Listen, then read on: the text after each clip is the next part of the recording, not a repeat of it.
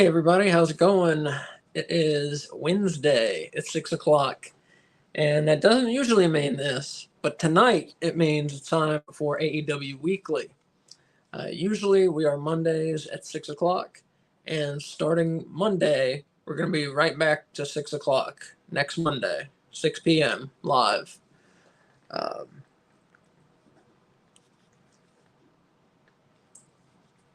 And next Monday we'll have a pay-per-view to talk about, so that's pretty awesome. Yeah. So again, next Monday, 6 o'clock, we'll be back. That's our normal time slot. We will be back to Mondays at 6 next week. But here we are. And so we're going to talk about, usual stuff, TV this past week and news and some things like that. Did you introduce yourself? No, well, in a second. Oh, okay. But we'll get back to, like I was saying, we're going to do some of the usual stuff this week. But if you wonder, why we aren't talking about the pay-per-view more, it's because we're doing a pay-per-view preview. Try and say that 10 times fast. A pay-per-view preview and prediction show Friday night at 6 p.m. So again, if you wonder why we don't talk about Double or Nothing a little more, it's because we have a whole show about Double or Nothing Friday at 6. So now for the introductions. I am your host. My name is Asa, and I have my permanent co-host beside me here, Kay Fabulous. Hey. And we are your hosts tonight through all things All Elite that happened this past week. So without further ado, we'll go ahead and get into the TV recap. How's that sound? Sounds good. All right. Let's see.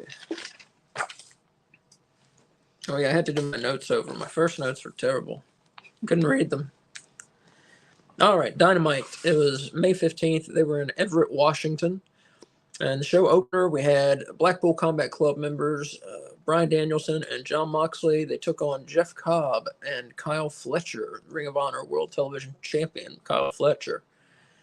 Very good tag team match to open. All four of these guys can go, and that's what they did. Very good match. Moxley hit the Death Rider and got the pin over Kyle Fletcher. And so the Blackpool Combat Club won this match, and I gave it 4 bones out of 5. Good way to start the show. After the match, Konosuke Takeshita of the Callis family attacked Jon Moxley. So, looks like we got a Moxley and Takeshita thing going, which that could be really good. Awesome. Yeah. Yeah, that'd be good. Up next, we had a hype video for the newest AEW World Champion, Swerve Strickland, just showing some of the media events he's been doing and appearances he has been making since he won the world title. They haven't highlighted that before with other world champions. No, really. they haven't. And not in a long time anyway. They haven't.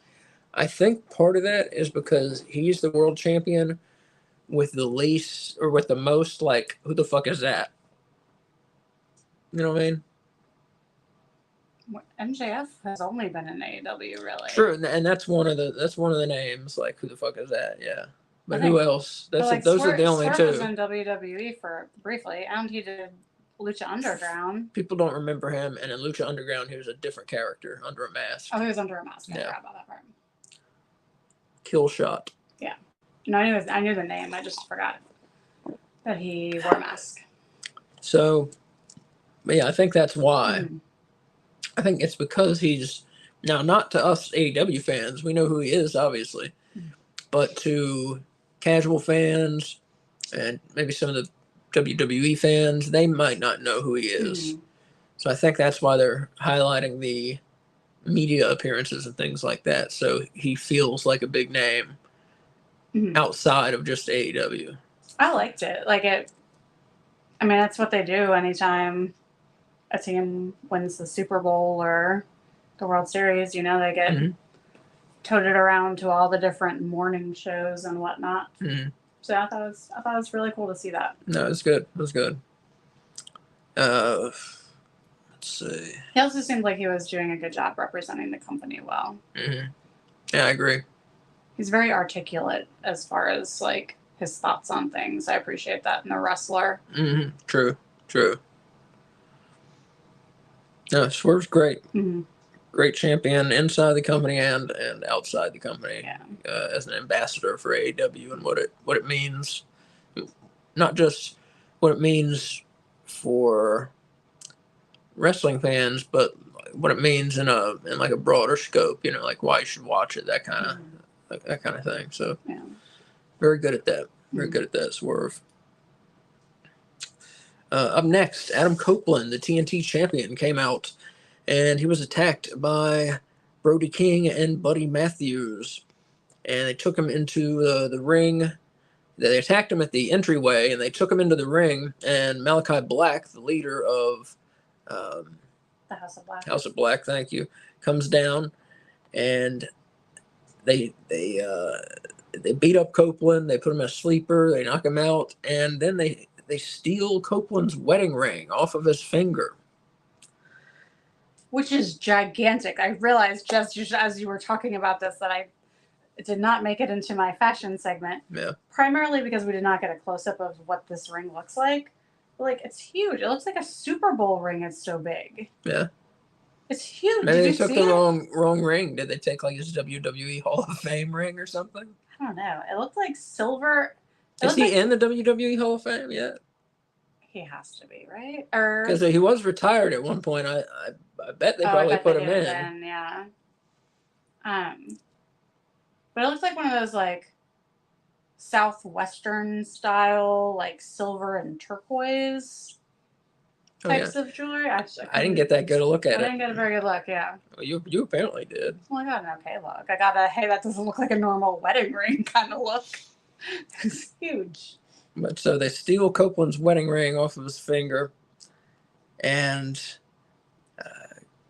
so Kyle O'Reilly comes down to try and put an end to this, whatever the hell's going on. Kyle O'Reilly comes down, and he gets his ass kicked.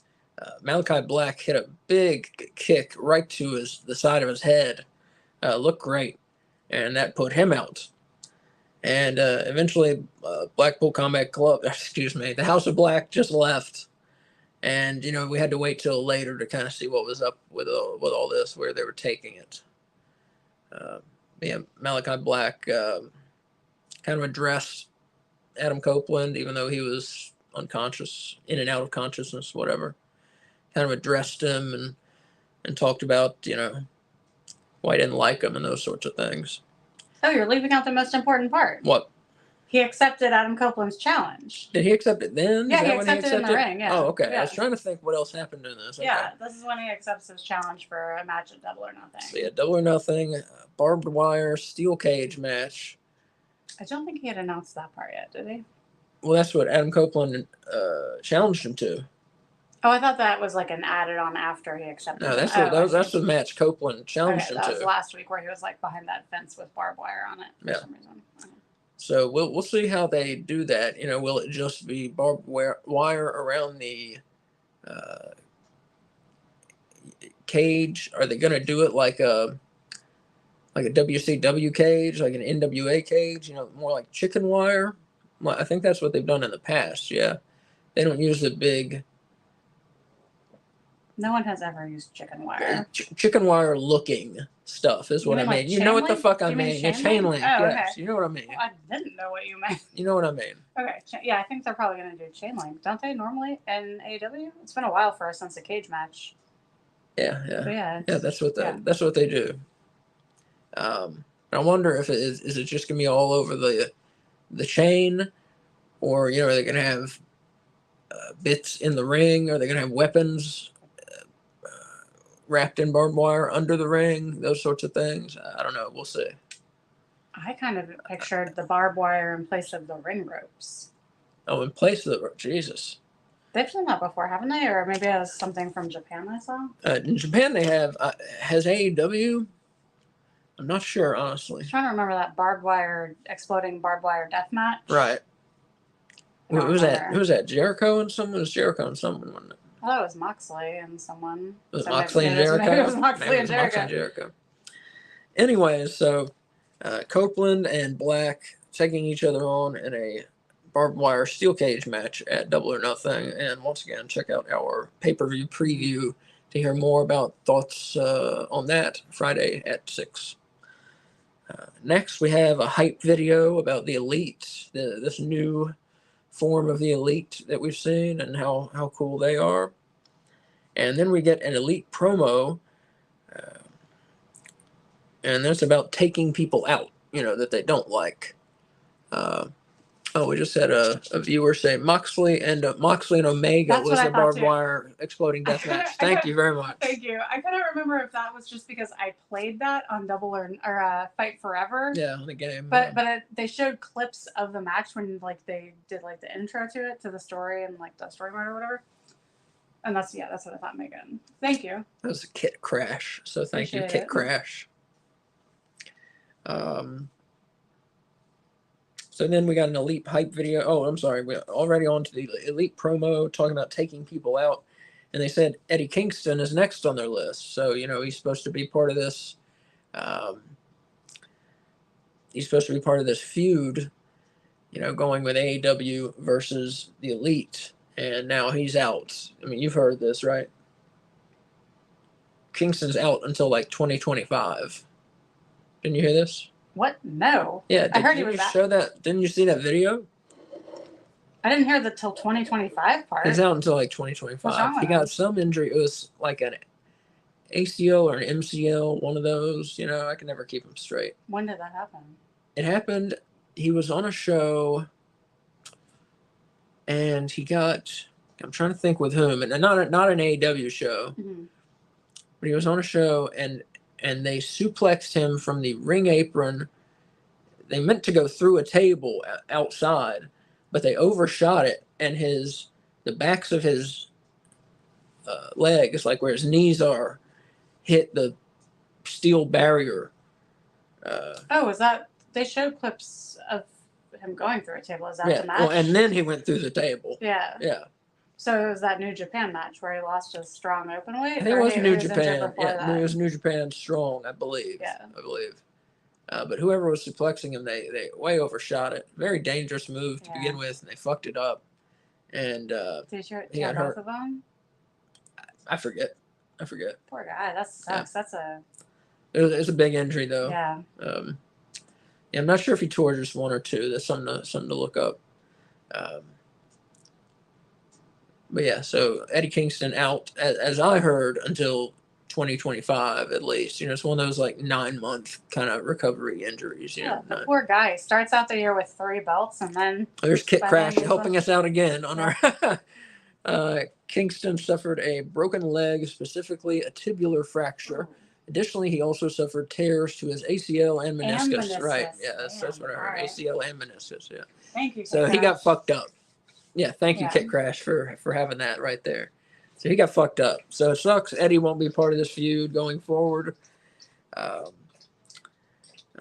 and then I thought it was weird to put him in just to take him out right away, but that makes sense that it was a real injury. Yeah.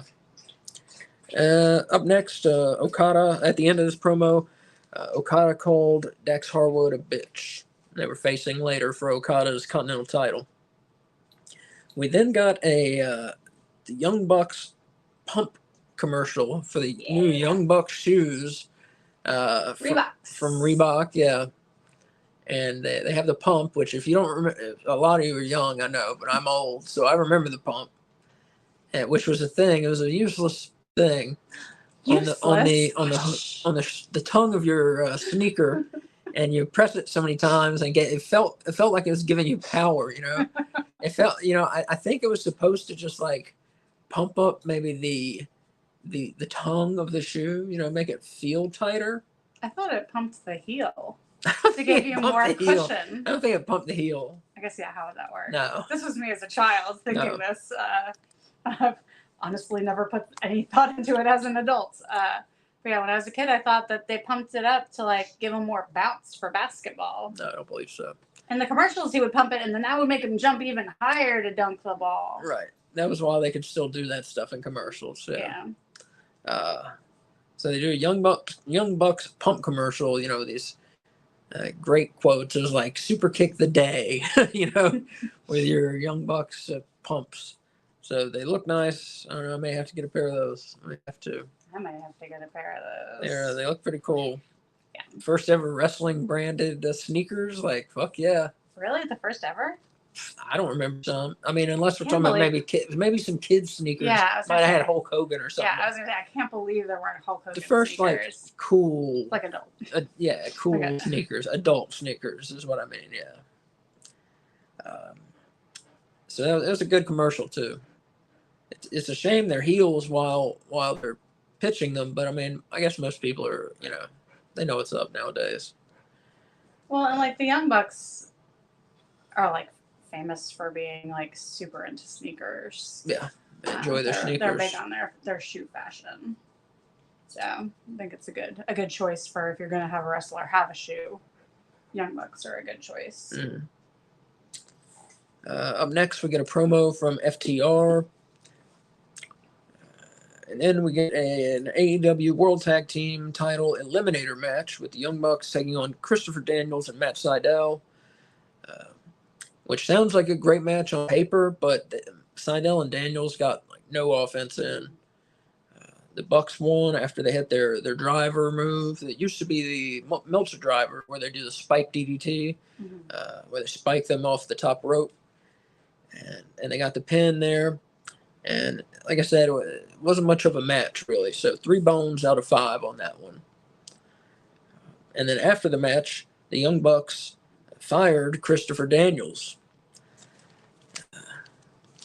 So hope to see more of this kind of thing with the Young Bucks going forward. But yeah, they just fired Christopher Daniels. So bye to him. So I guess Matt Sydal will have to find something new to do. Hopefully he stays around because he's awesome. Doesn't he have a match against them this week? Like tonight? I don't know. Yeah. I don't know. They announced it on Saturday, I thought. Yeah. Oh, I don't know. At some point, we'll look up the card for tonight. I'll do that now. Yeah, you should do that now. After that, we had Toni Storm, the World Women's Champion, came out and did a promo against Harley Cameron. And it turns out that all of Tony's support staff, as they're called, are banned from ringside. So Mariah May and Luther banned from ringside for that match. Saraya is also banned. And Saraya, right, is banned on Harley Cameron's side, as Harley is one half of the Outcasts now. Next up, Malachi Black is in the back with Copeland's wedding ring. And Black says if he wins a match at Double or Nothing, Copeland must bend a knee to the House of Black. It's interesting what exactly is that going to mean? Just kind of do some like medieval bowing down to the House of Black, or is it more metaphorical? Is he going to have to be like their helper, their little helper? I mean, when you're swearing allegiance when you bend a knee to someone. So that's what he means, swearing allegiance. Yeah, that's what I took it He doesn't as. mean literally just like bending a knee and like one time. No, he means like you're our bitch now. They did not make that clear. That's on what the bending show. a knee means. I've never heard that. You don't watch enough like Game of Thrones and shit. Yeah, I've never heard that. I mean, I could tell it meant, kowtowing to them, kind of, but it didn't seem permanent to me. They hadn't made it seem permanent that way. I mean, maybe they didn't mean it the way that I think it's normally. That's the thing. They need to clarify what they're doing, because we've both watched the same show and we have different takes on what the stipulation means. So. And we're both not dumb. Right. So if we're confused, I mean, I'm sure a lot of viewers are confused what exactly is happening. Yeah. Let's see. Up next, Hook beat Sebastian Wolf by submission in a squash match. And here, just talking about real quick, Kick Crash said, I think Copeland is going to win their match at Double or Nothing, but I think at some point Malachi needs a big push. He's too good. Yeah, I totally agree. I'm not sure who's going to win at Double or Nothing. You can hear our picks Friday night at 6. And Malachi definitely needs a big push. I love him. I love him. He's one of my favorites. And forget AEW, just in the world of wrestling, he's one of my favorites right now, for sure. And his contract is for about 3 more years, I believe, with AEW. So hopefully he does get a push. I'm not sure what's been delaying that singles push. There've been a lot of rumors, uh, but we've never actually heard anything of substance. Malachi denies all of the rumors. Right. Yeah. There are rumors that he won't, lay down for people. Or that he had like knee issues and he's spoken out against all of them. Right. So what's the reason? I don't know. But it would be nice to see him get a push and be in the world title scene. I totally agree. Hopefully this, taking on Copeland is, pretty darn close to being in a world title scene. I think facing Adam Copeland for the TNT belt, that's pretty darn close. So maybe that's what's up next in a couple months for Malachi. Or I mean, shit, he would be, if he wins this match, he'd be a nice challenger to Swerve, Malachi versus Swerve, awesome, yeah. Fuck yeah. So who knows? Who knows? Hopefully it's less predictable than it seems like it's going to be, the world title picture. Yeah. But usually we're right about AEW. So Hook beats Sebastian Wolf, submission to the Red Rum. Afterwards, Chris Jericho and Big Bill, come out. They talk for a bit and schedule a mini tournament for who will battle Jericho at Double or Nothing for the FTW title. Up next, AEW World Title Eliminator match. Swerve Strickland took on Brian Cage, and this was a very good match. Swerve used a chain mid-match. Aubrey Edwards prevented this to go any further. Eventually, Swerve hit a house call to overcome Big Brian Cage, and Swerve got the pin and the win, so Cage does not get a world title shot. As I said, this was an excellent match. 4.5 bones out of 5.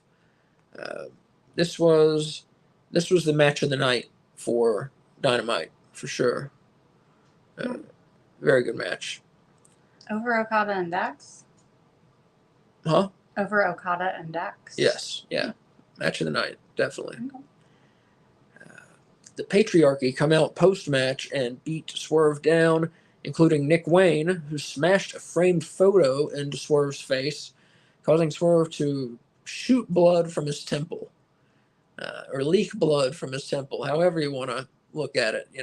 Blood was just pouring out of his temple. His eyebrow. Yeah, it was his eyebrows, temple, this area. Yeah. It was a photo of his family. Right. Thank you for pointing that out. Yeah. Killswitch is still holding Swerve's neck on the second ring rope as we go to commercial. So the Patriarchy put the hurt on Swerve there. Mm-hmm. Kit Crash says, talk about another underrated performer, Brian Cage. It's surprising he has never received a significant push in AEW. You're talking my language, Kit Crash. Yeah. You're another one of my heroes that's going unsung in AEW. Mm-hmm. If you watch the show regularly, we like Brian Cage here. Yeah. I mean, he's got it all. He's got the look. He's got the moves. He can talk enough. Well, he's got several promos where he's pretty good, actually. Yeah. But as far as the in ring and the look, man, he's got it in spades, as they say. But yeah, why has he never gotten a world title push? I have no idea, because he definitely will lose to people. He's proved that. They've made him lose to every goddamn body on a fucking roster while getting very few singles wins. He's had some titles, like the Ring of Honor 6-man tag title. But that's FTW title, but that's been it. Not much past there. Yeah. But it's never too late for anybody. I mean, just look at Cody Rhodes. He was a fucking joke. What was that, 10 years ago? Mm-hmm. And now he's, on top of the business. So, you can never count anyone down. When I was watching the fucking Acolytes in 1998, I never thought Bradshaw would become the world champion. He never should have, but I never thought it would, but he did. And I never thought it would happen. Yeah. But it did happen. So in wrestling, you can never say anybody, it's too late for someone, to receive a push. I'd like them to do at bare minimum, like at least what they've done with Wardlow so far with Brian Cage, like at minimum, like he's had least 2 world heavyweight opportunities. Who? TNT title. Wardlow? Yeah. Wardlow? Yeah, I love Brian Cage. Love They him. just don't know what to do with big men. No, they don't. Yeah, we've done segments before that they don't know how to treat big men. Whoever they are, Wardlow, Big Bill, Keith Lee, Brian Cage, Lance Archer, he just brought up. Lance Archer. Good example. I mean, just the bigger guys, they don't know how to book them properly. They make them wrestle, and they make Brian Cage. That's the thing. They make Brian Cage wrestle as though he's just another wrestler. They don't make a big deal. Usually, they don't make a big deal that guys are doing these moves to him. When it's guys significantly smaller than he. Yeah. Well, they give them the nicknames like they're gonna murder everyone, and then they don't book them to murder everyone. Like the Machine, Brian Cage, like he could easily wrestle as though he were the Terminator, but they don't have him do that. Yeah. Same with like Lance Archer, the Murder Hawk Monster. Like that's a badass title for someone they have lose all the time. Yeah, that's what Kit Crash is kind of saying. He says both Cage and someone like Lance Archer were presented as monsters early on, but have lost a good bit in recent memory. Yeah. AEW, like I said, they don't book big men well for whatever, but at the same time they still will protect big men in some circumstances and for some reasons. Like Miro. Like who? Miro. Like Miro, yeah. There's another one who's heavily protected on and off TV. I mean, he's been injured, not injured, but on and off TV, but always protected, and he doesn't lose. But who knows? Who knows what the deal is with that? Yeah. But that's a place Tony Khan could definitely improve, is how he treats big men, how he presents them, and the pushes that he gives to them, or doesn't give in this case. So up next, Hook and Katsuyori Shibata, they want shots at the FTW title, which is becoming a very sought-after title now that Jericho has it. Samoa Joe comes up and tells them both that they could be handling their careers better. And then he walks away, and Hook calls after him, I'll fight you. I'll fight you. Hook is still hung up on that thrashing he got from Samoa Joe right after Samoa Joe became world champion. And, I didn't even think of that. I took it as like he's just distraught without his title. Like, I'll fight you. I'll fight anyone. I can show you. I'm still good. I think it had more to do with Joe than about the FTW title I totally at that forgot point. that match had even happened. Samoa Joe's just like walking through the background. Just, here, I'm a career counselor. Bye, guys. That was all we saw of Samoa Joe on Dynamite. Strange, very strange. Up next, we had a non-title match. All their friends banned from ringside. Women's World Champion Toni Storm taking on Harley Cameron. Decent match. Storm hit the Storm Zero for the pin and the win. Gave this one 3.5 bones out of 5. Pretty good. Nothing amazing. Nothing bad. Just a decent wrestling match. Harley Cameron looks better than you would expect her to. I don't understand why she hasn't been wrestling. Yeah, I don't either. Like, I didn't. Maybe they've been training her, and just now they said she's ready. Maybe. Yeah, because I didn't think she was a wrestler until like a week ago, when she had that match with Mariah May, and I was like, oh, I guess she's wrestling now. Yeah. But it doesn't seem like she just started. Like. Right. From her the way she handles herself. Yeah. Mm-hmm. She doesn't seem to be new to the sport. Yeah.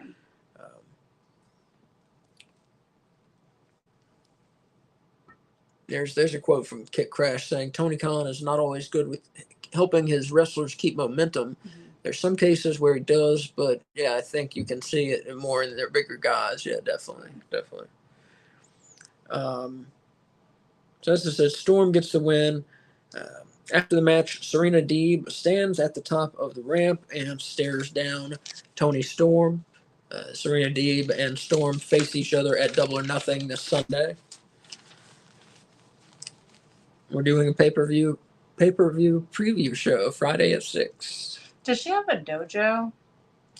Like a real one? I mean, Serena Deeb? real or fake. And doesn't her flag say something about the Serena It says Deeb like dojo? Deeb's Dojo. Yeah. Yeah. Well, she doesn't have a fake one because they never have shown it on the show. So maybe she has one like in her mind. She may have a real one in reality where she teaches. I just need to like, if she's gonna carry, like she carried the flag out to stare at Tony Storm. Yeah. Like if she's gonna awkwardly hold this giant flagpole everywhere she goes, have it mean something. Yeah, have it mean something. Like right. show us this dojo. Right. I agree 100%. Yeah. Is it real? Who belongs there? Yeah. Are you looking to recruit others? Yeah, let's add something to her character. Exactly. Yeah. Is there a dojo? And like I wasn't even sure because I thought I read that on this flag. Yeah, no, yeah, you're right. Yeah. Okay. Deeb's Dojo. Yeah. But no, you're right. I totally agree. Either let's see it or fucking go away with the flags, you know? Mm-hmm. Or at least put something else on the flag. You know, it's odd to have this giant flag and have no representation in the show. Yeah. Well, and there's multiple flags because anytime she comes to the ring, she brings the flag on the pole and she brings one around her neck to give away to someone. Right. Maybe that's how she recruits. It's her only form of advertising. She's not in the yellow pages. She only lets you know she exists via flag distribution. Next up, Will Ospreay, who was face to face with the Undisputed Kingdom. They're both confident in themselves. After that, we had the Mercedes Moné Willow Nightingale contract signing for the TBS title match. Nightingale, of course, the champion. Yeah, the contract signings, man, are for the birds. We've seen it before. Two people at a table, something happens, somebody gets put through the table. Let's think of some new stuff, you know. And I'm gonna file my complaint real quick about her pen. Mercedes Moné wore an outfit made entirely out of rhinestones. She puts rhinestones on her fucking eyelids, and she comes out there with just a regular black ballpoint pen. No, that woman needs a rhinestone pen with like feathers or like a glitter ball or something. Like that was one of the most interesting things about the contract signing. I was like, what kind of pen is Mercedes gonna have? Yeah. You know, something to look forward to since contract signings are always boring. But no, they did not deliver on the fun Mercedes pen. No. So yeah, they disagreed, and Nightingale power bombs Monet through the contract signing table. So a pretty good looking power bomb, but like I said, we've seen this spot over and over before. Let's think of something new. Monet hit her first. Don't leave that part out. It was not an unprovoked power bomb. Right. Willow's like a little sweetheart. I didn't want people to think that she just suddenly turned and power bombed an unsuspecting person through a table. Yeah, Mercedes started the fight. Yeah. And up next, I think this was was this the main event of Dynamite? Okada and Dax Harwood? Yeah. Okay. Main event of Dynamite, Okada and Dax Harwood for the Continental title that belongs to Okada. Okada pinned Harwood after a low blow, keeps his title with him, and keeps his undefeated streak in AEW alive. No one's come close to beating Okada yet. Mm-hmm. Afterwards, the two Anarchy in the Arena teams battle. And, of course, Team AEW has been one man short in this. And Darby Allin comes running out of somewhere, dressed in pink, and starts hitting guys with a skateboard. And then it's revealed that he's the fourth man on Team AEW. So that's pretty awesome. Crowd goes wild. You know, we hadn't seen him in a while since he broke his foot and then got hit by a bus. Hey Antonio, what's up, buddy? How are you doing tonight? Hey. Yeah, so Darby Allin, fourth man on Team AEW, and that's the end of the show. So a pretty darn good Dynamite, I thought so. I don't understand how his foot is better. Oh, I didn't give my rating for this. I'm sorry. Okada and Dax Harwood, 4 bones out of 5. Good match. Good match to end the show on. Mm-hmm. And as I said, this is a very good Dynamite, I thought. Very good. Moving things along towards the pay-per-view. The matches that are on the show are good. Mm-hmm. And a couple of them very good. Okada and Dax and the Brian Cage and Swerve match, both I thought were very good. I thought it was a very good show all around. But before I move on, I need you to explain to me, how is that guy cleared to wrestle? Like, Mark Davis broke his wrist like 5 months ago and he's not back yet. Darby posted the x-ray of his shattered foot. And that was after Revolution. And he's already ready to go back in the ring. And between breaking his foot and when he showed up on Dynamite, he got literally hit by a bus. True. How is he ready to be back in that ring? I didn't expect him to see him. I didn't expect to see him. I think that's why the crowd, I mean, like, they were in Washington, so I think that was part of the reaction. Right. But also just, like, the shock. Yeah. Because, like, anyone who follows him knew that both of those things had happened to him. Like, just talk about unexpected. No, I agree. Yeah, and that's what AEW needs to deliver more on, is those unexpected moments. Yeah. And this one nailed it. I mean, I didn't expect to see him. It was a shock. Yeah. Kit Crash there saying Darby is superhuman. I'm astonished that he can come back from half the things he has done. Yeah, totally agree. Yeah. Totally agree. So before we move on to Collision, we are going to do our holy shit, did you see that moments? This was a new segment that we started last week, and it was a standalone segment, but we have decided to put it in with our breakdown of the shows. Do you want to go first with your Dynamite? You can go, ladies first. Thank you. Well, I actually have 2 for Dynamite. Okay. So, first one, during the Swerve Brian Cage match, there was a moment where Brian Cage was standing on the floor and Swerve was standing on the outside of the ring apron, and he does a running, like, kick. Like, it looked like he was trying to, like, punt a football. And he just kicked the shit out of Brian Cage's head. What did you say? Nothing. Oh, I said the wrong football word, maybe. Okay. So that was one my first holy shit, did you see that moment? And I thought that was going to be it. But then, like, 5 minutes later, Nick Wayne comes out and smashes that picture frame on Swerve's head, which just immediately starts pouring blood like a terrible leaky faucet. That's the most blood I've seen streaming from a human that was not like a news story. I think, you know. Really? I think so. Like, on television, that wasn't a horror movie and wasn't something happening in the news that's like turn away if you have children present, kind of a thing. Pouring out of there, wasn't it? Pouring out of his face. Yeah. Yes. So that was my second Dynamite. Holy shit! Did you see that moment? Well, I will give two holy shit. Did you see this moments on Dynamite? So number one, the Swerve getting hit in the face with the picture frame, same deal, or with the framed picture is what I should say. That was pretty shocking. The blood is what made it so shocking. Bless you. The blood is what made it so shocking, just pouring out of his head. Moment number 2 for holy shit, did you see this? Gotta be the Young Bucks sneaker commercial. Yeah.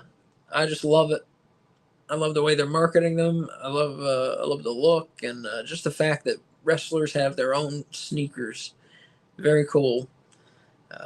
So that's my second holy shit, did you see that moment? I got Antonio pumped up for Dynamite tonight on TBS. Do you want me to tell you the card? It's at 8. Yeah, tell us the card for Dynamite tonight, please. All right. So there's a lot. Okay. This is from AEW's website. So you have AEW World Champ Swerve Strickland fighting Nick Wayne. You have Bryan Danielson battling the 7-foot Satnam Singh. Kyle O'Reilly is facing Malachi Black. In the FTW Contenders Series 3-way match, you're going to see Brian Keith versus Hook versus Katsuyori Shibata. You have... And that's to see who fights Jericho at Double or Nothing. It is, yeah, for the FTW Championship. You have Konosuke Takeshita facing Matt Sydal. John Moxley is scheduled to be in the building. I'm assuming he might be on commentary during that match. Tony Storm is teaming up with Mariah May, and they are both facing the Outcasts, Harley Cameron and Saraya. We got the Unified World Trios Champions in the house. TBS Championship Bout Preview on tap. I'm not sure if that means we're seeing like a match or just a promo for that.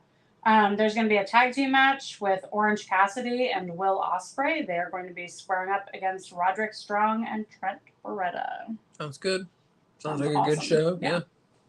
Except Bryan Danielson and Satnam Singh. Where the fuck did that come from? I don't know what that's hey, about. We haven't seen this guy in like 4 months or something. Let's. I don't know what that's about. Yeah, that's not going to be good. Kit Crash says the Bucks have always been ahead of the curve when it comes to marketing themselves. Definitely have. Definitely true. All right, so next we had Collision. I'm just making sure our time's good because we're going to be done before Dynamite at 8. Yeah, so don't worry. Collision, May 17th in Portland, Oregon. We had Will Ospreay taking on Shane Taylor, accompanied by Anthony Ogogo. And if you've been listening to the show, you know I have no patience for Shane Taylor. I don't think he adds anything to the show. And that was the bit here. You know, even he's wrestling the best wrestler in the world. And doing these basic moves, you know, leg drop and whatever else, you know. A leg drop on the apron was, I think, the biggest move he hit on him, the most astounding move he hit. Just a waste of time. His offense is nothing to write home about. His selling is almost non-existent, and then you can't do a lot of your offense to him because he's so big. Doesn't add anything to the show. I don't understand why it keeps getting featured. I don't get it. But Ospreay pinned Shane Taylor after a storm driver. What was amazing was that Ospreay could get Taylor up in this move. And the match, like I said, not great. Not Ospreay's fault, but just not a good match. Not a bad match. 3 bones out of 5. So decent match, I should say. It was decent, just nothing to write home about. Well, it was something to write home about because it's like, can you believe Will Ospreay had this match that wasn't like the best match on the night, like on the card that night? That's True. the write home about it part because you took the best wrestler in the world and you gave him a partner where he ends up like with a mediocre-ish match. Yeah, I kept being like, don't hurt him, you know. Yeah, which he didn't. I mean, Shane Taylor, I think, is a very safe wrestler. I've not heard of him hurting anyone. Mm-hmm. Yeah. Afterwards, the Undisputed Kingdom tried to attack Ospreay, but he took those two down, the tag team, and then he watched Strong as he headed towards the entryway. Of course, Will Ospreay challenging for Roderick Strong's international title Sunday at Double or Nothing. And again, the reason we're not going more into these pay-per-view matchups, we're doing a pay-per-view preview show Friday night at 6. It's like a flashing sign behind me. Yeah. And next we got an AEW versus the Elite hype video kind of detailing where this feud has gone so far. Mm-hmm. And then we got a good Moxley promo, A primo promo about fakes and against Takeshita. And then Claudio Castagnoli had a couple words for us as well. He seems like he's going to bounce out of that BCC. Who? Claudio, really? The last 2 or 3 promos he's had, he's been like dropping, I'm tired of your bullshit lines, you know? Like, I just want to wrestle, and we used to just be about wrestling, and now there's like petty stuff going on that he doesn't want to lower himself to. At least that's how I took it. I've not seen that, but you may be right. After that, we got a last Wednesday after Dynamite look, and it was Jericho and Big Bill kind of dissing Hook. And so now we have the FTW qualifying matches. So it's a big to do to get an FTW title shot nowadays. You have a qualifying match, which will put you in a triple threat match, and if you win that triple threat match, you face Chris Jericho at Double or Nothing. So here we go. So first one up is Hook versus Johnny TV, of course, the former John Morrison, accompanied by his real-life wife, Taya Valkyrie. And this was a good match. Nice matchup. 4 bones out of 5. Both men got their stuff in, and it looked good. Hook won via submission to the Red Rum, his rear naked chokehold. So Hook advances to the triple threat match. Up next, we got Katsuyori Shibata versus Rocky Romero. Obviously, who's going to win this one? But it was a very good match between Shibata and Romero. I cannot remember one match that Rocky Romero has won, though, in AEW. And he didn't win this one. Shibata won. Romero submitted to Shibata's figure 4 leg lock. So Shibata advances to the triple threat match. He's won some tag matches. Yeah, but a singles match? Yeah, no. So the final qualifying match, Brian Keith versus your favorite. versus Savage Boulder. No, Beefcake Boulder. Beefcake Boulder? Yes, Beefcake Boulder. I don't know why I wrote down Savage, but I don't give a fuck what their names are. I don't give a fuck what their names are. They're in the Iron Savages. They suck. The gimmick is that they like eating assholes. And then they're talking about spraying the juice. The what? The jizz juice? Is that what they talk about? No, they just said the juice. You called it the jizz juice. The jizz juice. They talk about spraying the jizz juice around. And then the guy pulls his singlet apart to reveal and he's tweaking on his nipples and he's talking about Titty City. It's just, what the fuck is the point of all that? What a waste of television time. There's 160 people on this fucking roster. And we gotta watch him tweak his nipples on television? I won't stand for it. You sat for it. So you watched it. Brian Keith won, thankfully, after the Diamond Dust. This match was nothing. I'm not going to rate it. There was nothing going on in it. So the triple threat match is going to be Brian Keith versus Katsuyori Shibata versus Hook. And that's tonight. I gotta calm down after that.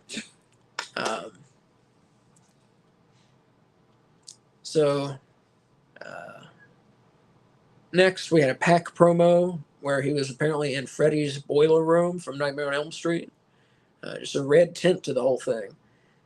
And he's just talking about how no one makes him care and he doesn't really take anyone seriously.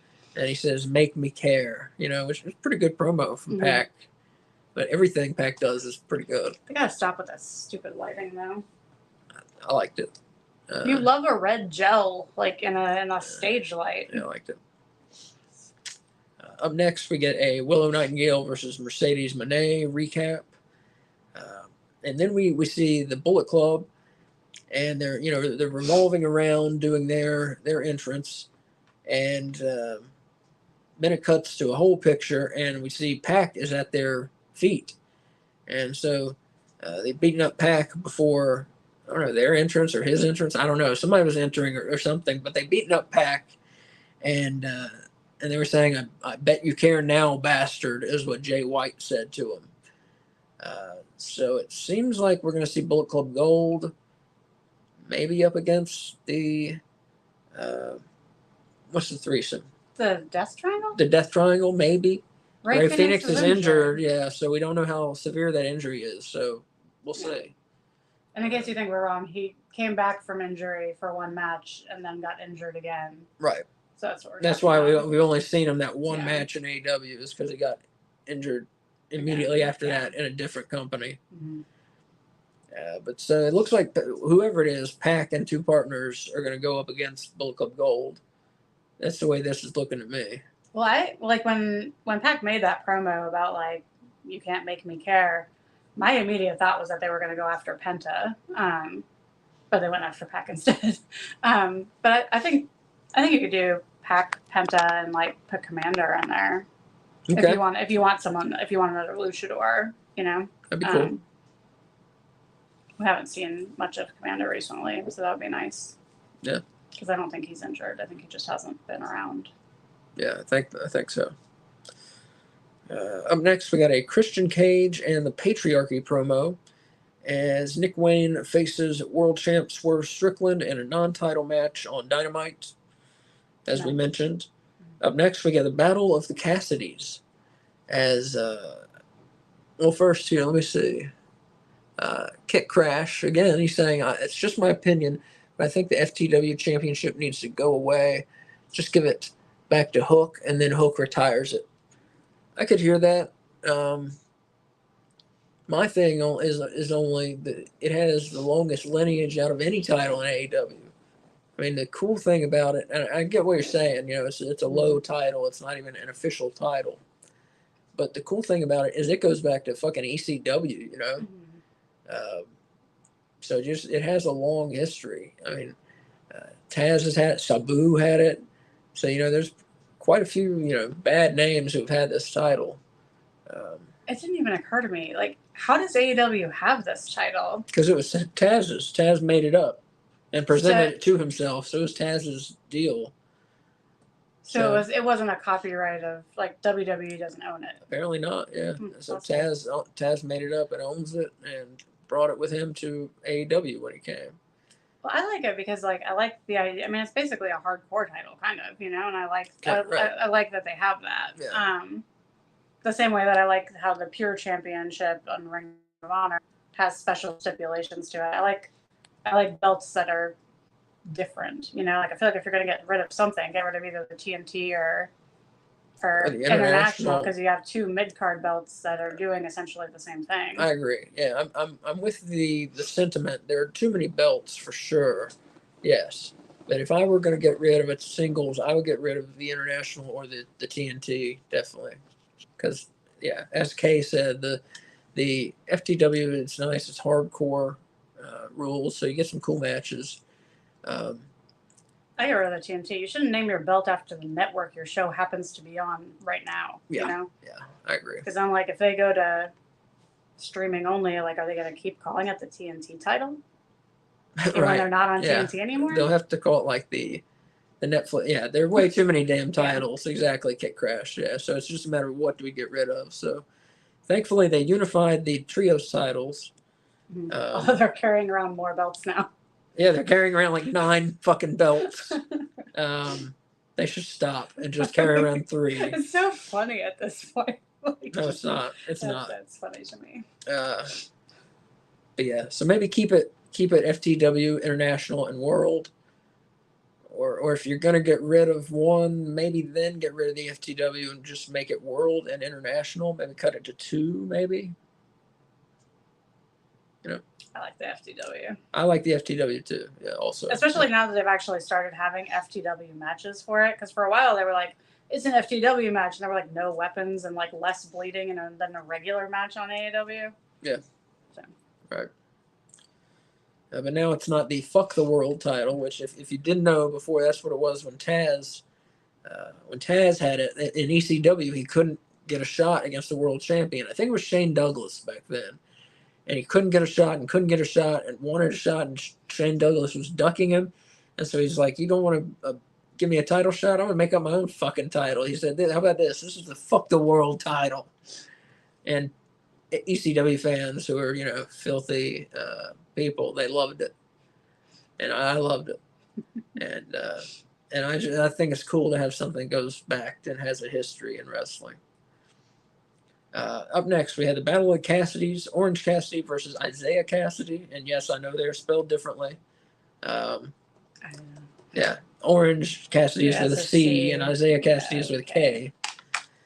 So Don Callis was watching this on a monitor backstage. And, he's been courting Orange Cassidy the past few weeks. And Orange Cassidy has been voluntarily leaving the arena with Don Callis a couple times. So I don't know what's going on with this. I'm surprised that Orange would entertain anything Don Callis has to say. I mean, Orange has always been like 100% face, and Callis is like 100% heel. It's just very, very shocking to see the two of them. And confusing. Because it's like, Trent Beretta did a heel turn, turning on Orange Cassidy.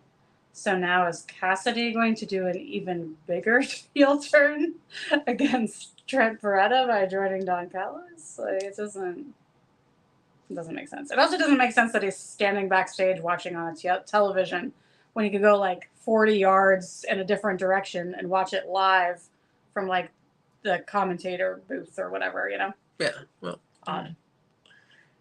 Kit Crash saying he sadly didn't get to watch much ECW back when it aired. It's like Paul once said, as Paul many times said, their network did a horrible job promoting them. Yeah, true. So ECW had a syndicated show, called Hardcore TV, and that was their big show.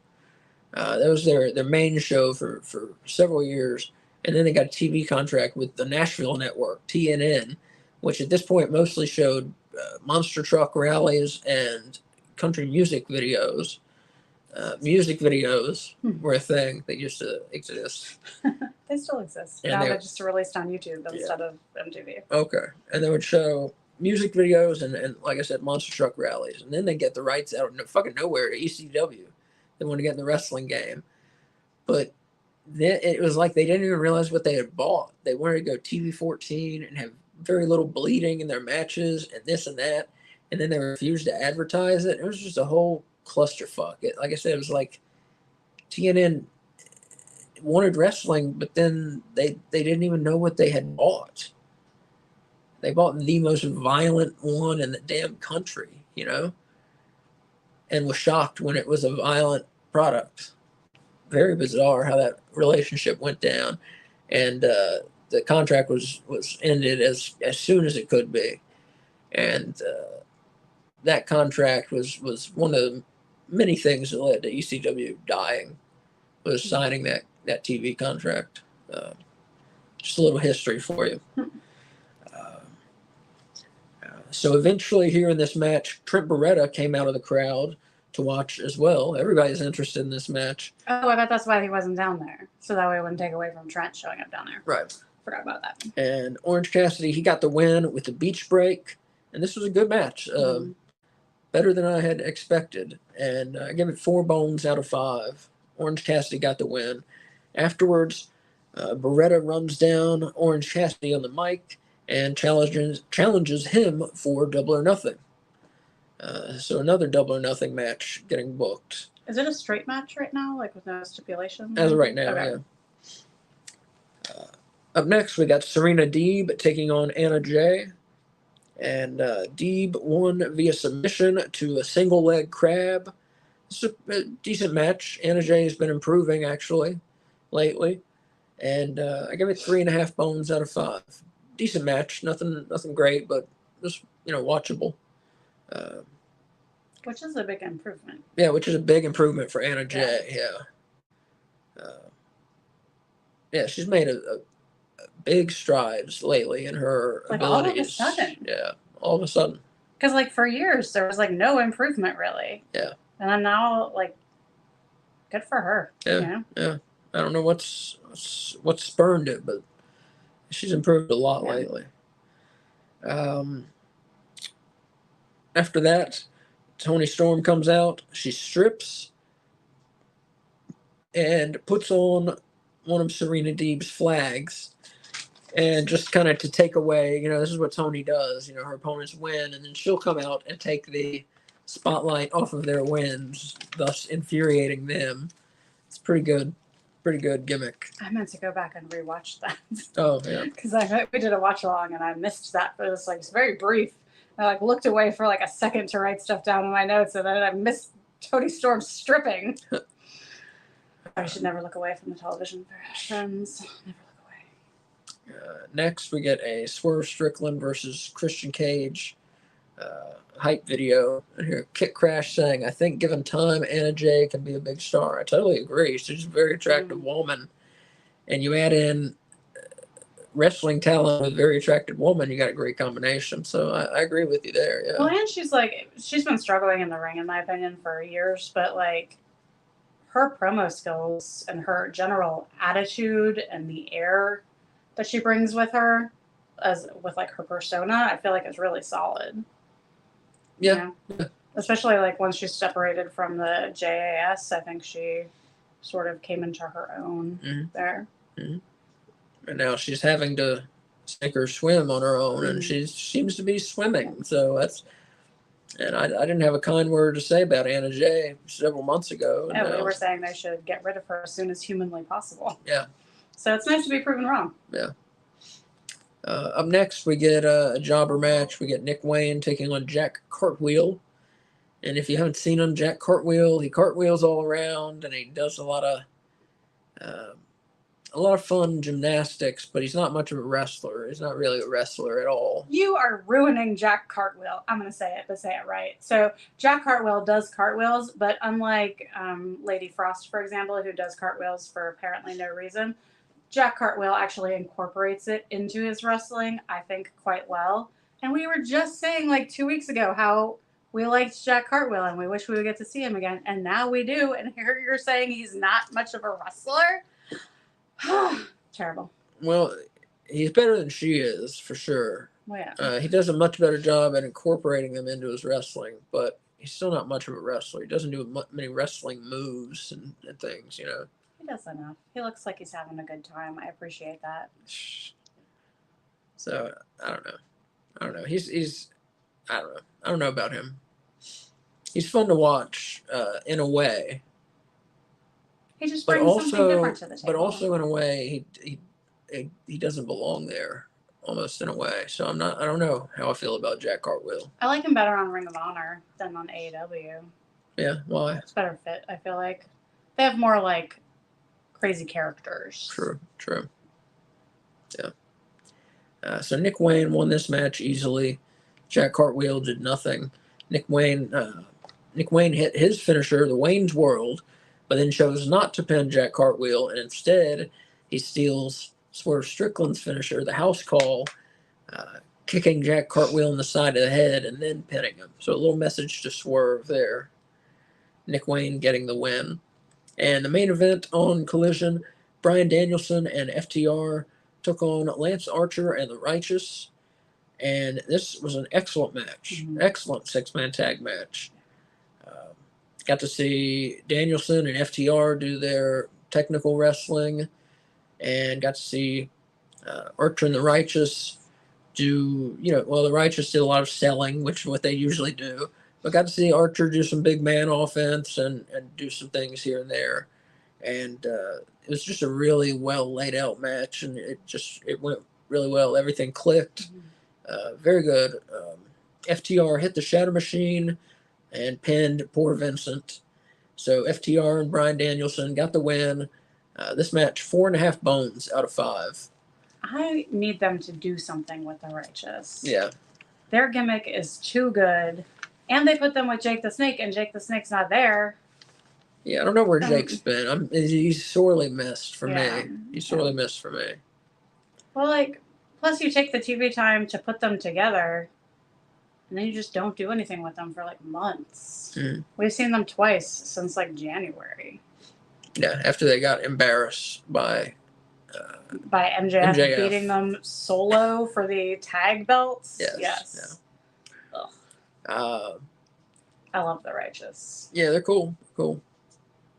They need to do something with them. I agree. And you got Lance Archer and the Righteous, and then Jake the Snake is the manager, but he's not been lately. He's not been the manager lately.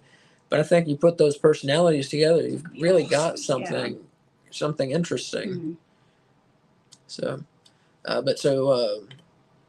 after the match, the heels attack the faces, and then coming down for the save, Daniel Garcia, who we hadn't seen in a little bit, just a couple weeks maybe, ran down and made the save, and we end the show with the people brawling. And again, if you're not hearing us talk about pay-per-view matchups, we're really going into them, it's because we're doing a pay-per-view preview and prediction special Friday at 6. Garcia was on Collision last week. Garcia was on Collision. We hadn't seen him for 7 days. Yeah, hadn't seen him for 7 days. Long, yeah, he had a match against. You forgot because he had a match against KM. Everyone's favorite. That is why I forgot. Yes, that is why I forgot. Yeah. So it feels like we hadn't seen him in a while. So I don't know when his last match, but against a non-jobber was. It's been a couple weeks. Yeah, that's probably true. AEW Rampage, May 18th. Just real quickly, Kyle O'Reilly. No, we didn't do our Collision holy shit moment. Oh, okay, all right. And I have one. Do you have one? I can pick one. Yeah. Okay. So mine was Will Ospreay getting Shane Taylor up for Storm Driver. Storm Driver. Yeah, right. Storm Driver. Yeah. So he needed the ring post to help him and the turnbuckles to help him. So Shane, for some reason, climbed on top like he was going to do a move on Ospreay from there, but instead Ospreay got him up on his shoulders and was able to do it, which I found very impressive because that is a large man. My holy shit, did you see this moment for Collision? Is the exact same thing. Yeah. Very impressive that Ospreay was able to do that move to Shane Taylor, because he spun him around like twice on it, is what it looked like. Yeah. And he had tried a few times earlier in the match to get him up from the floor and was unsuccessful. So I thought he was just going to have to move on with trying it, but he found a workaround, and it was awesome. Yeah, that was about the only move Ospreay did it during the match. Not a good match. So yeah, that was my holy shit. Did you see this moment also? So match of the night on Collision was FTR and Bryan Danielson defeating Lance Archer and the Righteous. Match of the week, I've got to go with from Dynamite. Oh, Swerve and Cage. What was it? Yeah, Swerve Strickland beating Brian Cage. That's your AEW match of the week. Very good match. Now, real quick, what happened on AEW Rampage May 18th? Kyle O'Reilly beat Lee Moriarty by submission. Roosh beat Cody Chun by pinfall. Deonna Purrazzo beat Robin Renegade by submission. And Brian Cage pinned Anthony Bowens. They let Brian Cage win a singles match. I was so excited. And that was Rampage. Because when he came out to face Bowens, I was like, oh my God, they're going to have him lose 2 singles matches in the same week. And they didn't. And I was so excited. And I would just like to, I can't highlight it, but you can. Kit Crash says that Will Ospreay is a holy shit moment machine. True. And I 100% agree. That's true. All right, so what we got next? I wrote it down. I also wrote it down. Up next is the Fashion Do's and Don'ts. Up next is Kay Fabulous with her wrestling fashion do's and don'ts. Do. If you are sneakerheads and EVPs, do partner with Reebok to make your very own black and neon kicks with pumps like the Young Bucks. Don't. If you literally just showed a funny commercial to sell your new shoes, don't come to the ring in a match right after it airs wearing a different pair of shoes than the one you just advertised, like the Young Bucks did on Dynamite. Do.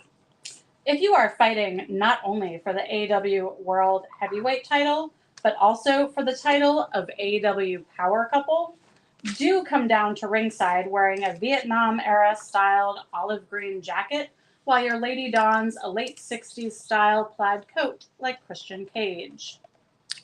Do. If you are the wrestler, do feel free to give out fashion advice. But don't tell Joe that he is too large for that awesome tropical-looking floral print shirt like Shibata did on Dynamite. He's hating. Mm-hmm. Don't. If you missed climbing Mount Everest due to a broken foot and then got hit by a damn bus, don't wear weird-shaped boots that look like you're going to twist your ankle like Darby Allin did on Dynamite. And Do. if you are 1/3 of the House of Black, do advertise it by wearing a hooded black jean vest with a white skull on it so large that it covers your entire back, like Brody King. And that is this week's Fashion Do's and Don'ts. Thank you, Kay, for the fashion do's and don'ts. We appreciate it, as always. All right. So up next, we have the news. Do you want to do your news sound effect? I'm not going to do the news. Oh, we're not doing the news. Most of y'all have been know what's going on out there in the wrestling world. We updated you about Eddie. I guess so, that can count. Yeah, we're not going to do the news tonight. We'll probably do the news on Friday. But yeah, not tonight. Kid Crash says when he thinks about the Bucks and sneakers, he thinks about that awesome cage match they had with the Lucha Brothers a few years ago. I was thinking the same thing. I was thinking they should sell like attachments to their Reeboks where they have like a kit where you can put thumbtacks on the bottom of one side or like a little pocket you can remove and stick a firework in. like in that last match where he with did like the fireworks exploding, exploding yeah, super kick, or the tax super kick, you know. Yeah, that was cool. Yeah. I was trying to remember what they meant by that, but Yeah. I remember that now. Yeah, that was awesome. So it's me. So next we have a newer segment for you. It's called Faces on the Milk Carton. Would you like to very briefly explain that? So I have to explain this in two ways. So what it means, number one, like in the 80s, at 90s, early 90s, when there were children who were missing, like kidnapped or runaways. Yeah, they would put pictures of them because you can, on the milk carton, physically a picture on the milk carton that you bought in the store, because they were like, what's one thing everybody buys? Everybody will see these pictures, and they said milk, and so that's what they did, and as a way to try and find these children was they put their faces on the milk carton they were missing. So this is a segment. We don't do that anymore, except here on AEW Weekly. Mm-hmm. And so this is a segment about wrestlers who are signed to AEW, but they seem to have gone missing themselves. So it's just kind of cluing you in. If you don't know, just kind of cluing you into where they are and what's going on. Why aren't they on television? Yeah, and generally, like if we know that they're out because they're injured, we generally don't do them. Unless they're injured and they're no longer injured and still haven't come back. Right. So last week we looked at Dr. Britt Baker, Danhausen, and AR Fox. This week we're going to start by taking a look at Sammy Guevara. He was last seen in AEW on February 24th edition of Collision in 2024. Sammy was issued a 30-day suspension for failing to follow proper concussion protocol during his match against Jeff Hardy on the Friday, February 16th edition of Rampage. So he still wrestled.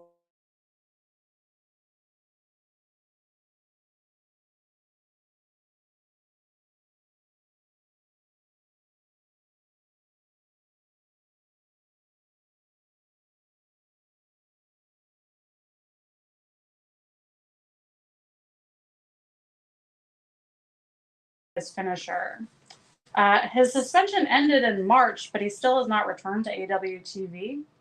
Ty Mello, Guevara's wife and fellow AEW wrestler, gave birth to their first child, Luna, on November 28th. Sammy, while not appearing on TV during his suspension, has been very active on social media, including updating his blog on YouTube.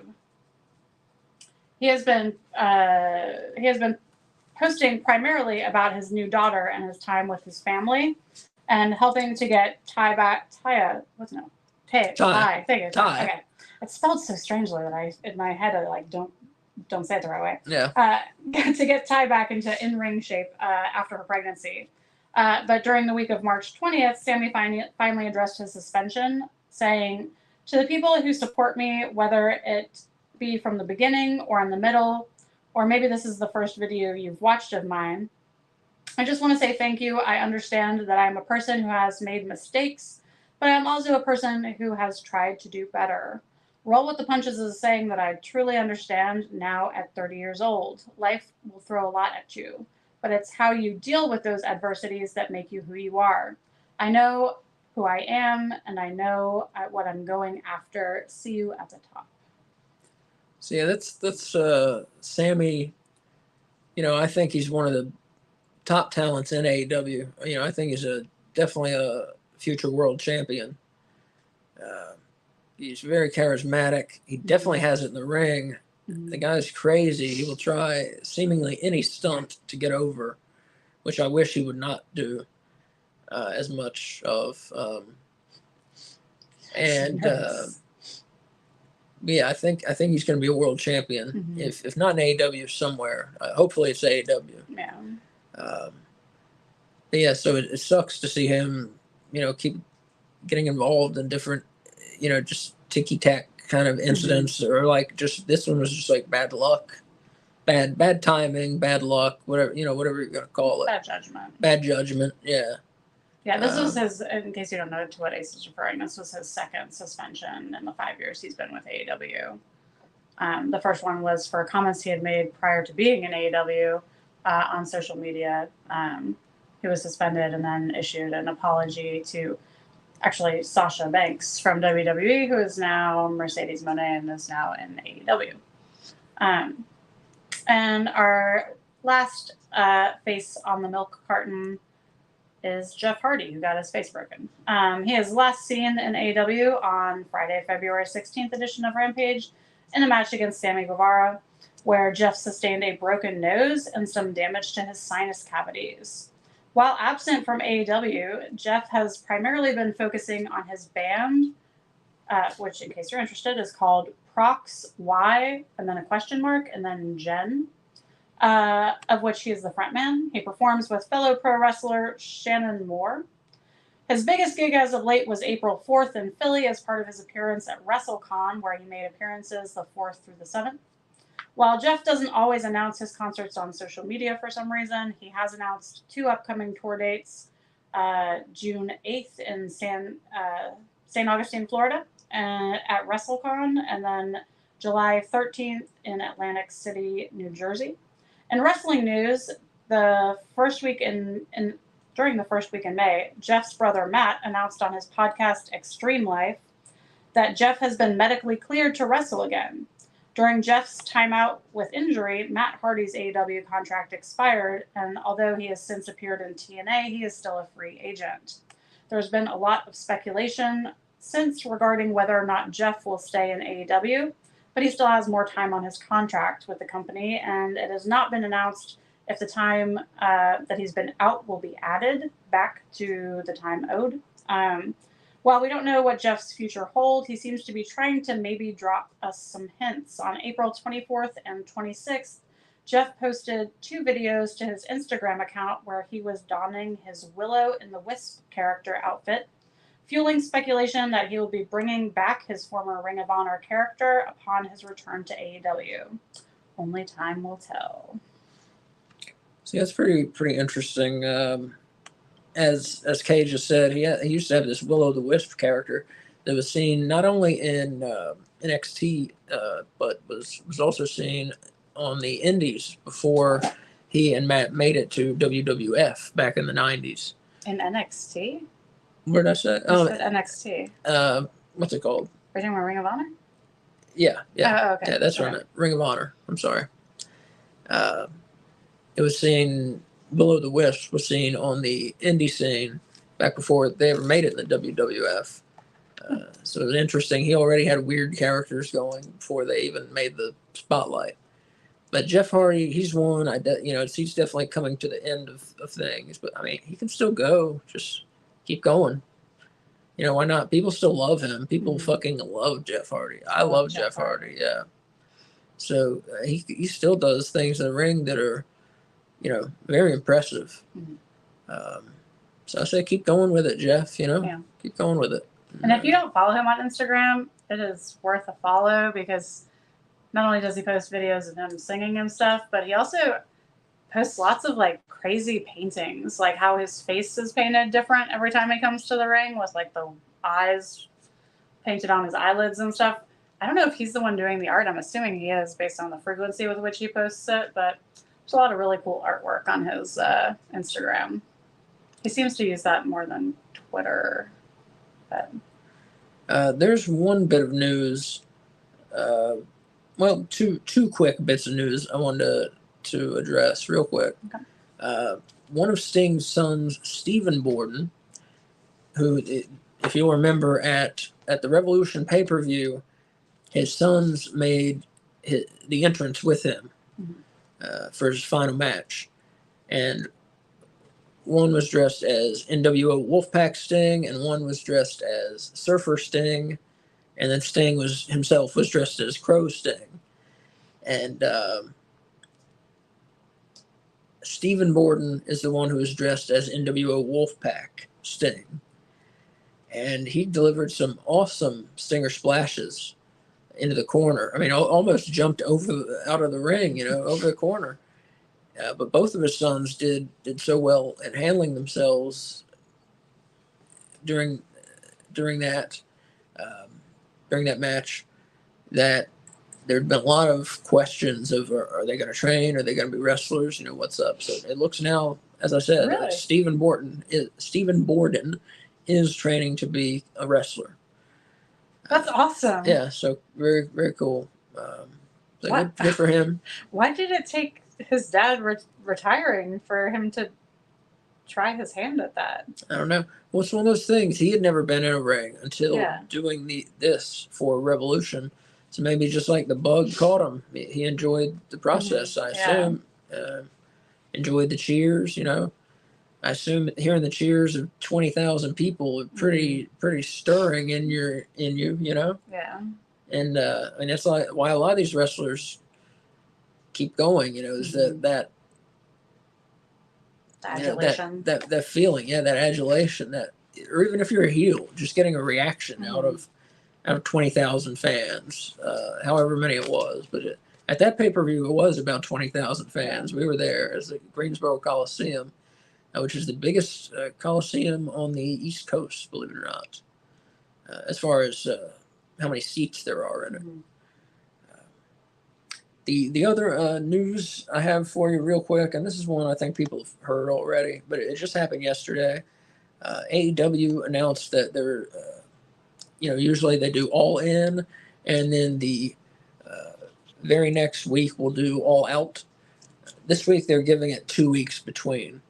So they'll do All In London, and then 2 weeks later they'll do All Out in Chicago. So just kind of some more breathing room between pay-per-views there. I think will help out the product and make it seem more of a big deal. We'll make All Out seem like more of a big deal. Is that a change to the dates they released earlier? Yes, yeah, okay. That's what I'm saying. Yeah. Well, I didn't know if it was left off the card they released earlier, or if this was just a change by moving it. It is a change. Yeah. Okay, that's what I didn't understand. And Kit Crash here saying, I'm a big fan of Sting, so it's cool to hear one of his sons is getting into it. Yeah, I can't wait to see. Can't wait to see him. And Kit Crash also saying, hearing the crowd can get addicting. It's a different kind of experience. Yeah, I agree. It's something. Even just being able to make any size crowd. Like I was an indie manager very briefly, just for a couple of months, and even in my time of playing to a crowd of maybe 100, 200 maybe.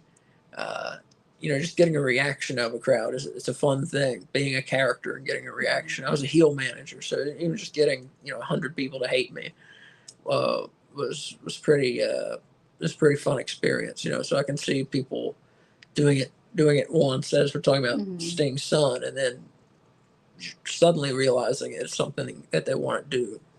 Something they want to go down that road. So it's not easy to train as a wrestler. I trained as a wrestler before I became a manager, but I was an athlete in my day, but I'm not a big guy. I was 5'8". I am 5'8", I should say, and at my biggest was probably 190 pounds. So I was never going to be a wrestler. I wasn't fooling myself, but I went to wrestling school because it was something I always wanted to do, and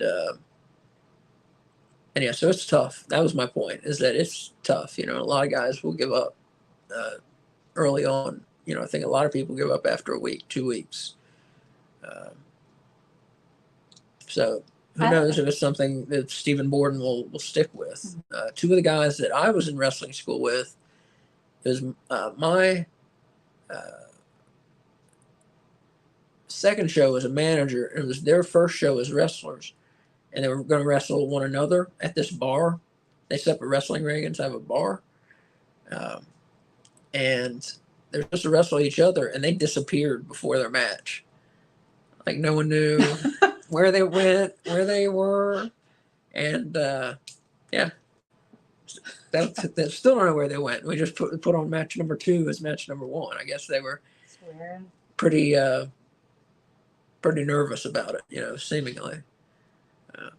So one cool thing about AEW is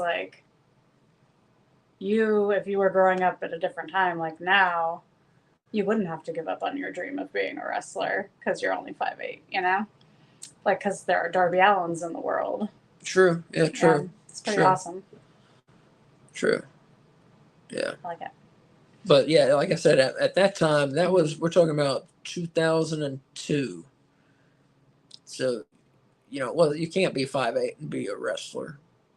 Unless No, you're Rey it's just Mysterio. not going to happen unless you're Rey Mysterio. Yeah. And I was not Rey Mysterio. Yeah, I was just a normal guy. So, All all right. right. So it's time for the top. It's time for the top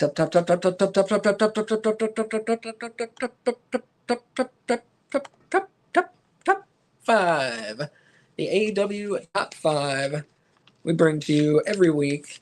It is a ranking of the top 5 men, the top 5 women, and the top 5 teams in AEW.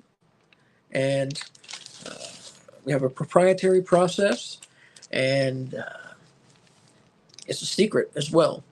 So please don't ask. We won't tell you the secret. Many people have tried, and none have gotten it. And so these rankings are for each week of AEW. That's pretty much all we count is the week that's just passed. All right. So Kay, what do you want to hear first? Men, women, or teams? Let's start with the men. All right. For the men. Well, damn, I didn't put where they were last month. I usually put that, or last week, excuse me. I didn't put that. Well, we're just going to deal with it. Number 5 is one of the men challenging for the FTW title, and that is Hook. He had 2 matches last week, won them both. Probably the bigger win was against, who did he beat for that FTW qualifying match? This past week, you mean? Yeah. He beat Johnny TV. Yeah, thank you. That was his biggest win this week. So number 5, Hook. Number 5, the best in the world, I think. Number 4, I mean. Thank you. Number 4, the best wrestler in the world, Will Ospreay. He beat Shane Taylor, as we said, on Collision, continuing his undefeated streak in AEW. And he's number 1 contender for the international title. Right. Number 1 contender for the international title, undefeated as well, as I just said. And the best wrestler in the world, I think. So he's pretty much going to stay in the top 5 for us, yeah. Number 3, the AEW Continental Champion and member of the Elite, Okada. And he as well, he is undefeated in AEW. And he picked up a win defending his belt against Dax Harwood this week in a good match. Number 2, he hasn't wrestled in quite a bit, but he is the number 1 contender for the world title, and that is Christian Cage. I don't think he's wrestled since the pay-per-view, has he? No. No, he hasn't. But he continues to make an impact on weekly content. Yeah, definitely. Yeah, he's still probably the top heel in the company, I'd say. Maybe you could say the Elite are first, and he's after the Elite. I don't know, though. People hate Christian. So he's number 2, Christian Cage. So number 1 is the AEW World Champion, Swerve Strickland. So that's number 1, Swerve Strickland. Number 2, Christian Cage. Number 3, Okada. Number 4, Will Ospreay. Number 5, Hook. So where do you want to go, women or teams? Women. Number 5, despite a losing effort, Anna Jay, who has shown a lot of improvement. Number 4, the TBS champion. She didn't wrestle this week, but TBS champion is enough to get her in the top 5. Number 4, Willow Nightingale. She did put someone through a table this week. Right, yeah. So, yeah. Number 3, Deonna Purrazzo, who has been wrestling very well. She did lose. To whom did she lose? Who was that? Didn't she lose a match? Not this week. Didn't she? No. She beat Robin Renegade this week. She beat Robin Renegade. That's right. I'm sorry. I was thinking of the week. She lost to Thunder Rosa 2 weeks ago. Yeah, that's what I was thinking. It was Thunder Rosa. That wasn't last week, though. That was the week before that. That is what I was thinking of, though. But yes, she beat Robin Renegade on Rampage, thank you. So number 3, Deonna Purrazzo. She's been living on Rampage. Yeah. Her match last week was on Rampage too, against Lady Frost. Right. So she's still, hanging out in the top, the very top of the women's division right now. Yeah. Number 2, she is undefeated since her return to AEW, and she's the number 1 contender to the World Women's title, and that is Serena Deeb, probably the most technically skilled woman in AEW, I think. And number 1, she has been number 1 for many months in our rankings, the AEW World Women's Champion, Toni Storm.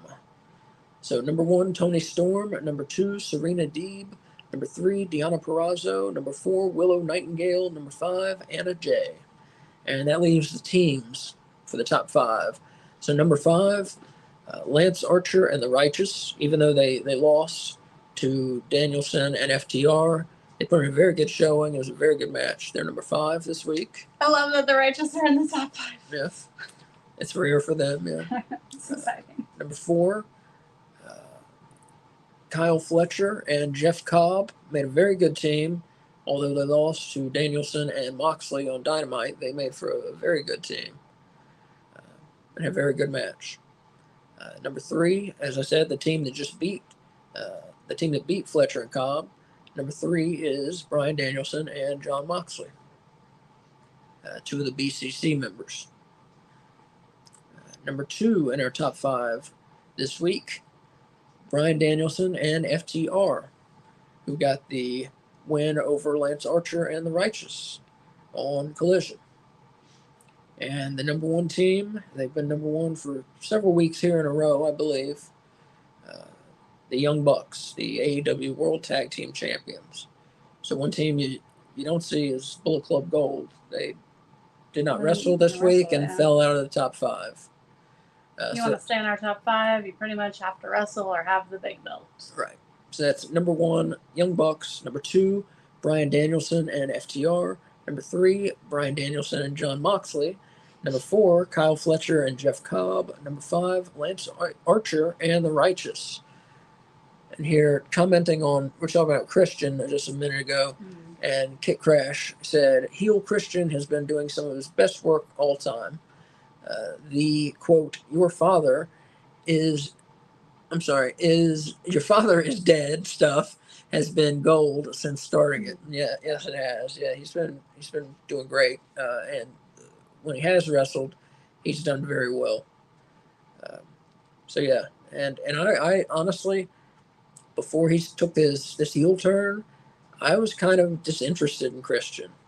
I mean, he's a good wrestler, sure, but was he doing anything that made me interested in his character? Not really, no. I actively disliked Christian prior to this heel turn, and not in like a good heel heat kind of way. Like I just did not care about him at all, and was so tired of seeing him.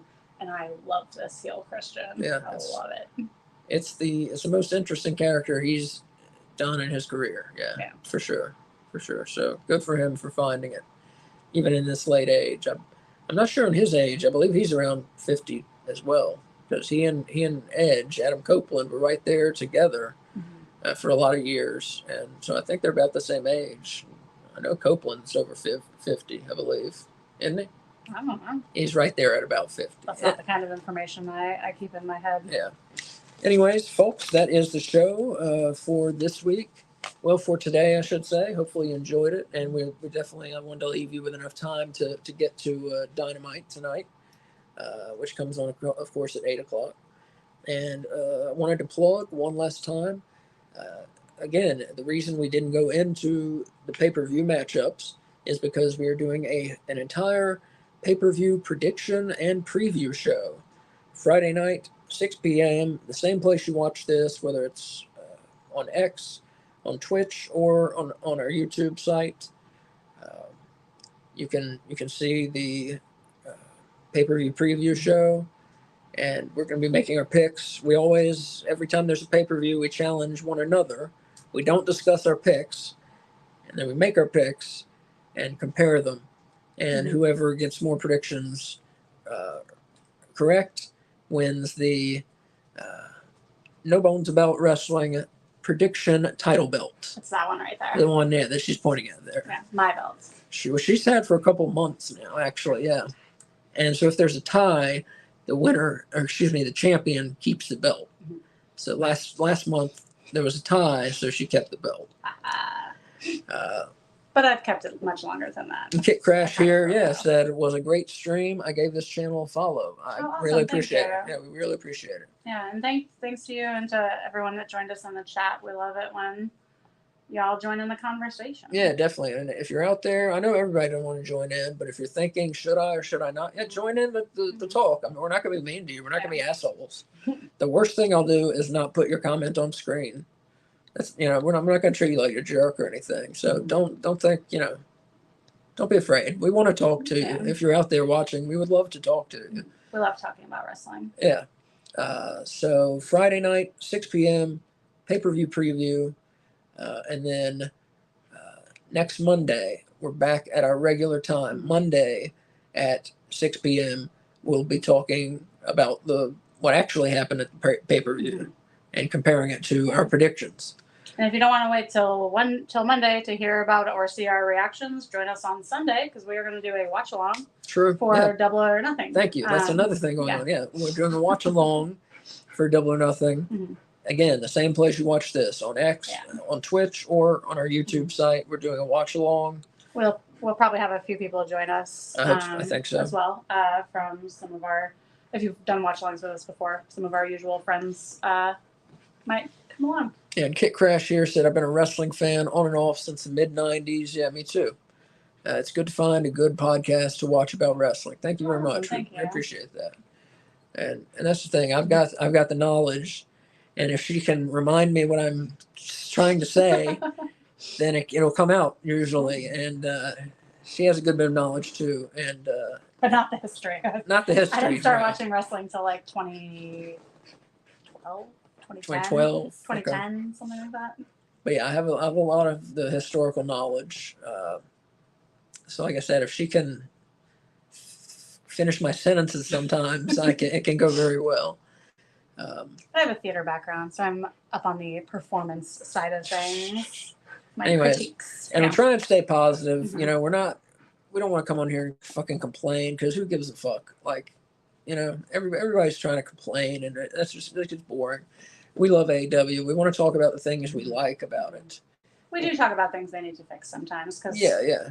If you're a fan, you care about the company and you want them to succeed, and the only way they're going to do that is to fix things that need fixing when they need fixing. Right. Last time, Friday, 6 p.m., pay-per-view preview show. Sunday, 8 p.m., 7 p.m., whenever the pay-per-view starts. Whenever the 0 hour starts. Whenever the 0 hour starts, watch along. Mm-hmm. And Monday, 6 p.m., pay-per-view recap show, our regular weekly show. And don't be worried. If you're worried you're going to miss something, just click subscribe and turn on your notifications. And the wonderful, magical internet will remind you when it's time to tune in. Mm-hmm. And if you enjoyed the show, please, click like or whatever they ask. Okay, or whatever they ask. Like it. I don't fucking know. Click like. If you enjoyed it, click like. That makes a difference. And otherwise, thanks for watching. Or, of course, this will be available tomorrow as an audio-only podcast. So thanks for watching or listening. And as Mick Foley would say, have a nice day. Bye.